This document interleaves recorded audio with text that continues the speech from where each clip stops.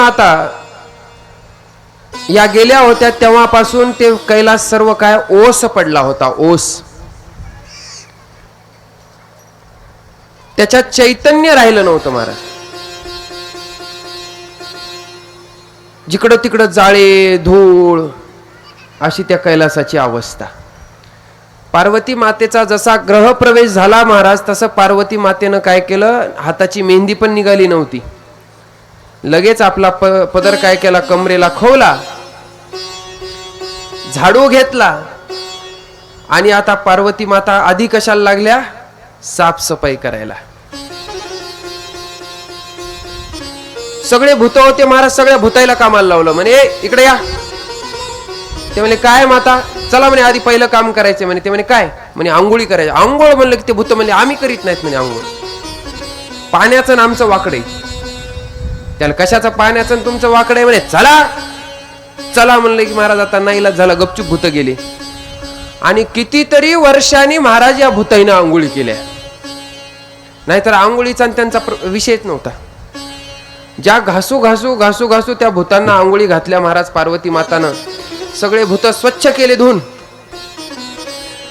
कोणाला जंगलामध्ये इंधन म्हणजे लाकडं आणण्याकरता पाठवलं, कोणाला भाजीपाला आणा, कोणी काही आणा काही आणा, सगळे भूत कामाला लावले महाराज. कोणी, पार्वती मातेनं. नाहीतर कैलासामध्ये कुठली शिस्त नव्हती. मनाला वाटन तोपर्यंत झोपायचं, मनाला वाटन तसं उठायचं, दात घासले तर घासायचे, नाही तर घासायचे बी नाही. आता बोलून चालून ते कोण, भूतच, बरोबर. ज्याच्या जीवनात काही नित्य नियम नसतो ते भूतासारखं आहे समजा. काही नित्य नियमाविन अन्न खाये तो श्वान. आता या भूतांच्या जीवनात नित्य नियम नव्हता. पार्वती मातेने एक छडीच घेतली होती महाराज, सगळ्या भूताईला शिस्त लावली. म्हणून घराला जे घरपण प्राप्त होतं, घराला जे वैकुंठ स्वरूप जे देतं, ती म्हणजे त्या घरातली स्त्री.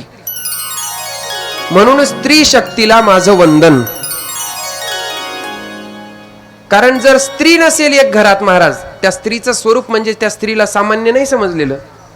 स्त्री म्हणजे कोण, आदिमाया भगवती जगदंबा. जसं महाराज शिव हा शक्तीशिवाय अधुरा आहे, त्या पद्धतीनं आपण देखील जर स्त्री नसेल घरामध्ये तर ते घर काय, अपूर्ण आहे.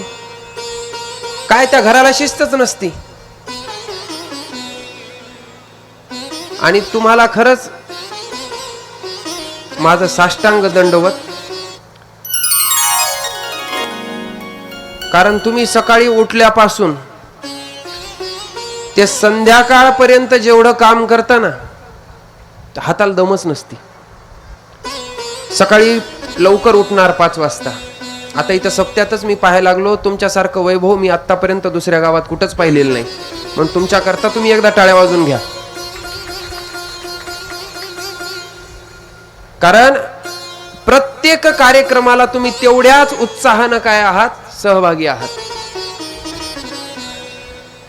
मग ते सकाळचा काकडा भजन असो, ज्ञानेश्वरी पारायण, गाथा भजन, त्याच्यानंतर श्रीमद आपलं शिवमहापुराण कथा, त्यानंतर हरिपाठ. हरिपाठ तर महाराज सगळा उत्साहात चालू असतं. आज मी पण येणार आहे हरिपाठाला. माझ्या फुगड्या राहिल्यात त्या दिवशी खेळायच्या, मी आज खेळणार. आणि एवढं सगळं करून देखील महाराज संध्याकाळच्या कीर्तनाला तुम्ही हजर असतात, आणि तेवढीच प्रसन्नता तुमच्या चेहऱ्यावर असते. माझं कथा झाल्याच्या नंतर तोंड बघावं, तिथं येऊन सगळं तोंड उतरून गेलेलं असतं. डायरेक्ट जाऊन आडवाच पडतो मी. म्हणजे मला सांगायचं हे की तुम्ही सकाळी 5ला उठता, घरचे काम आवरता, घरचे काम आवरून स्वयंपाक करून शेतात जाता, शेतातली कामं करता. तिथं जाऊन काय झाडाखाली थोडी आंब्याच्या झोपी जाता डायरेक्ट, नाही ना. तिथं जाऊन बी काय करता, कामं करता. ती कामं झाली की घरी यायचं. घरी आलं की एक चार्जिंग डोस म्हणून एक कप चहा पिता, आणि एक कप चहा पिला की पुन्हा एक नवीन एनर्जी येते की त्या नवीन एनर्जी सोबत पुन्हा कामाला लागल्या. कुठपर्यंत? संध्याकाळचा स्वयंपाक. संध्याकाळचा स्वयंपाक झाले पुन्हा सगळ्यांना जेवण झाले पुन्हा भांडे घासणं, भांडे घासून मग संध्याकाळी सगळे झोपे गेल्याच्या नंतर ही जी घरातील माता आहे तर ती माता महाराज विश्रांतीला जाते आणि पुन्हा सकाळी लवकर उठणे. आता तुमच्या एवढं काम जर मला लावलं समजा, शपथ की तुम्ही जेवढं करता तेवढं, तर गोपाळ महाराज मला सलाईनच्या बॉटलीनं काय होणार नाही, मला बकेटीनं सलाईन चढवावं लागतील. होतच नाही माझं एवढं काम. आणि तुम्ही एवढं करता म्हणून स्त्री शक्तीला काय वंदन आहे. म्हणून एकदा जेवढ्या काही माता माऊल्या आहेत या ठिकाणी त्यांच्याकरता मी टाळ्या वाजवतो एकदा जोरात, तुम्ही तुमच्या पण वाजवा.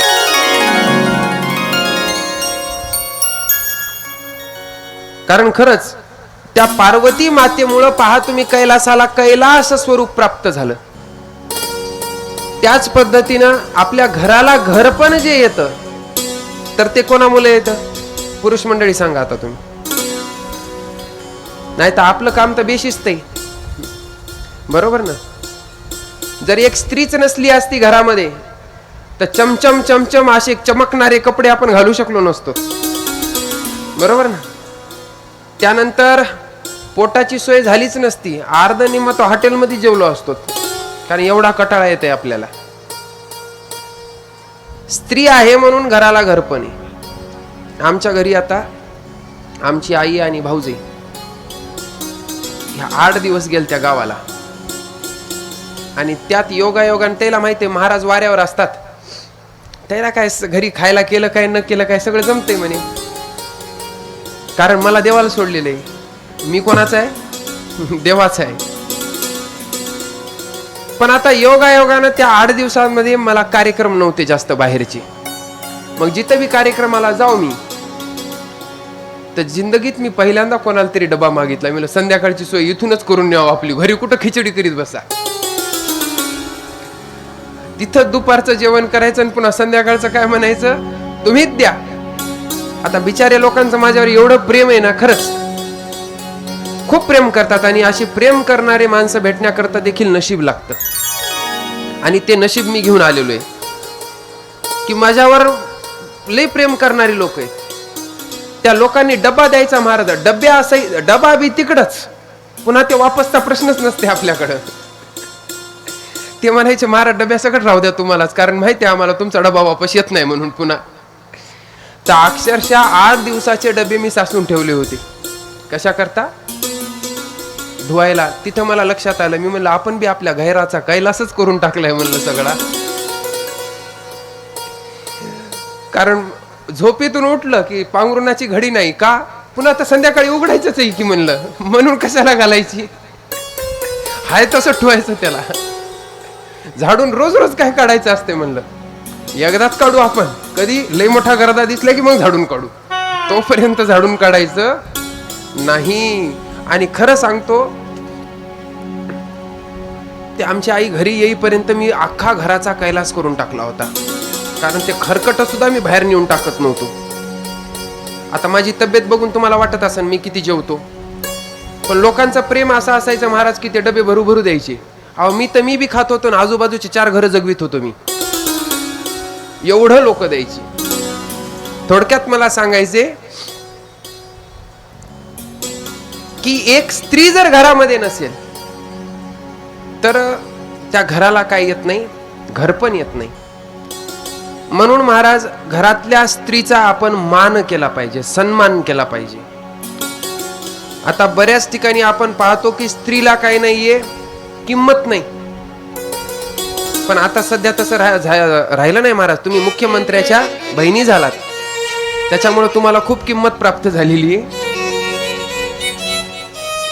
त्यातली त्यात गव्हर्नमेंटने देखील 50% अधिकार दिलेला आहे बरोबरीचा. पण घरामध्ये जर आपण स्त्रीचा मान ठेवला तर महाराज ते घर वैकुंठ होतं, वैकुंठ. आणि ज्या घरामध्ये स्त्रीचा मान सन्मान नाही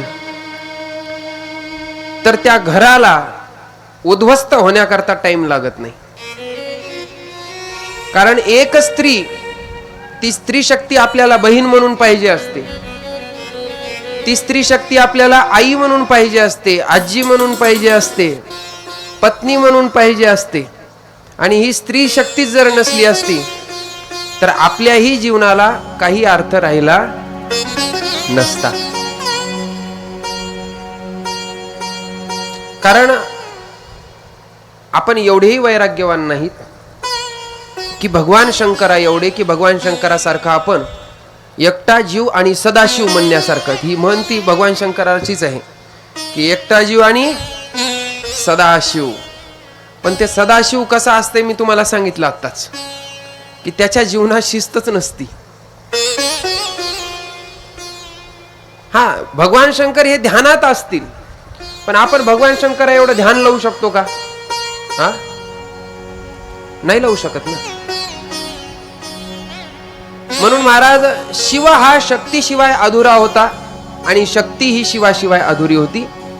तसंच आपलंही घर, आपलाही संसार, पत्नी असेल तर संसार पूर्ण. म्हणजे पती आणि पत्नी हे दोघही चाक संसाराची कशी लागतात? बरोबर लागतात. तेव्हा संसार काय होतं? उत्तम होतं की नाही? पतीचं मत, पत्नीचं मत एक जर असेल तर घरामध्ये कलह होत नाही, रोजच भांडणं होत नाही. आणि ज्या घरामध्ये दररोज भांडणं, त्या घरामध्ये शांतीचा अभाव आहे, शांती नाही तिथं. मग शांती जर ठेवायची असेल तर मी तुम्हाला आज एक गुरुमंत्र देतो, हे महत्वाचं आहे. आणि तो गुरुमंत्र तुम्ही जीवनात उतरवा. किती जणांना गुरुमंत्र पाहिजे? हात वर करा. बाकीच्याला भांडणाचा उल्हास दिसायला लागलाय, म्हणजे त्याला घरामध्ये शांती पाहिजे नाही काही की का? भांडण केल्याशिवाय पोट भरत नाही असं काही आहे? पाहिजे ना? प्रेम से बोलो हर हर. एवढ्या जणाला देणार बघा मी आता, जेवढ्याने हात वर केले तेवढ्यांना. काही नाही, भगवान शंकराच्या जीवनामध्ये भगवान शंकराचा संसार पूर्ण आहे. त्यांच्या संसारामध्ये कलह नाही. वैराग्यवान पुरुषानं संसार पूर्ण करून दाखवलाय. भगवान शंकराच्या, म्हणजे आपल्याकडे जेवढं आहे त्याच्यापैकी भगवान शंकराकडे काहीच नव्हतं सांसारिक सुखसुविधा, बरं. परंतु त्या कैलासामध्ये पार्वती मातेनं राहणं पसंत केलं. कारण का? माझे जिथं प्राणनाथ त्या ठिकाणी मी. आपण विवाह करत असताना 7 वचन घेतो, बरोबर ना? किती घेता? 7 घेता का 15? माझा झालं नाही. हा, तुम्हाला काय माहित? तुमचे झाले का? परभणीचा जावई तुलाच करायचंय ना मला. तू त्याच्याकडे बघून तुला म्हणायलो मी. 7 वचन देतो, बरोबर ना? मग त्याच्यामध्ये एक वचन असतं मला वाटतं, कुठलं? पती पत्नीला देतं आणि पत्नी पतीला देती. सुखादुःखामध्ये मी तुमच्या समोर राहील. तुमच्यावर ज्या वेळेला संकट येईल त्यावेळेला पती म्हणतं पत्नीला की मी तुझ्या समोर राहील. म्हणजे संकट अगोदर मी कोणावर घेईल? माझ्यावर, आणि नंतर तुझ्यावर. हे वचन दिलेलं. आपल्यासारखी विवाह संस्था महाराज इतरत्र नाही. आपली जे पारंपरिक पद्धतीने आपण जे विवाह करतो ना, त्या विवाहामध्ये फार सुंदर आहे महाराज. अग्निदेवतेला साक्ष मानून आपण काय करत असतो? वचन देत असतो. मग त्याच्यामध्ये हे वचन आहे की मी तुझ्या सुखादुःखामध्ये सहभागी होईल. तसं महाराज पार्वती मातेनं ते वचन पाळलं. भगवान शंकराकडे पाहिलं तर नुसतं वैराग्य दिसायले, पण पार्वती माता म्हणल्या माझा नवरा, त्यांना सांगितलं होतं अगं म्हणे त्याच्याकडे काहीच नाही आणि तू लग्नाला नकार दे. कारण आपल्यासारखे लोक हुशार असतात ना जरा. पण पार्वती माता म्हणल्या माझा निश्चय आहे की माझा पती जसाही आहे तर तो मला प्रिय आहे, माझा तो प्राणनाथ आहे. म्हणून पत्नींनी पतीला भगवान शंकर समजलं पाहिजे आणि सकाळी उठल्या उठल्या रोज आधी कोणाच्या पाया पडलं पाहिजे? पतीच्या. हे गुरुमंत्र आहे पहिला. सकाळी उठल्या उठल्या काय करणार? पतीच्या पाया पडणार. किती जणी पडणार? हात वर करा. मी जाऊ का घरी? आहो नुसतं पाया पडून बघा, पुढचा फायदा सांगतो तुम्हाला काय होते. तुम्हाला पतीला काही मागायचं कामच पडत नाही. मागायच्या अगोदर नाही वस्तू हजर झाली तर मला फोन लावा की महाराज तुम्ही म्हणलात आम्ही आमच्या मालकाच्या रोज पाया पडलो. संक्रांतीला साडी मागायची सुद्धा गरज पडणार नाही तुम्हाला. कितीही सोनं महाग असू द्या हो, ते नवरा कोणाच्या तरी किडण्या काढून येईन पण तुम्हाला आणून देईन. आता ते त्याचा प्रश्न राहिला ते काय करीन ते, पण तुम्हाला मात्र सर्व व्यवस्थित घरामध्ये भेटल. कारण का? तुमच्या करता पती हा कोण आहे? परमेश्वर. म्हणा, पती हा परमेश्वर. पती हा तुमच्या करता भगवान शंकर. म्हणून महादेवाला पाणी नंतर घालायचं, पण आधी कोणाला घालायचं? हा, मालकाला. कारण का? पाणी घालायचं म्हणजे असं रोज आंघोळ नाही घालायची, म्हणजे आधी त्यांची सगळी सेवा करायची आणि त्याच्यानंतर मग देवाची पूजा करायची. हे पातिव्रत्य धर्माचा पहिला नियम आहे. पार्वती मातेनं ते केलं महाराज. पती सेवा. आणि पती जे आहे तर पतीनं देखील आपल्या पत्नीला आदिशक्तीचं स्वरूप मानायचं.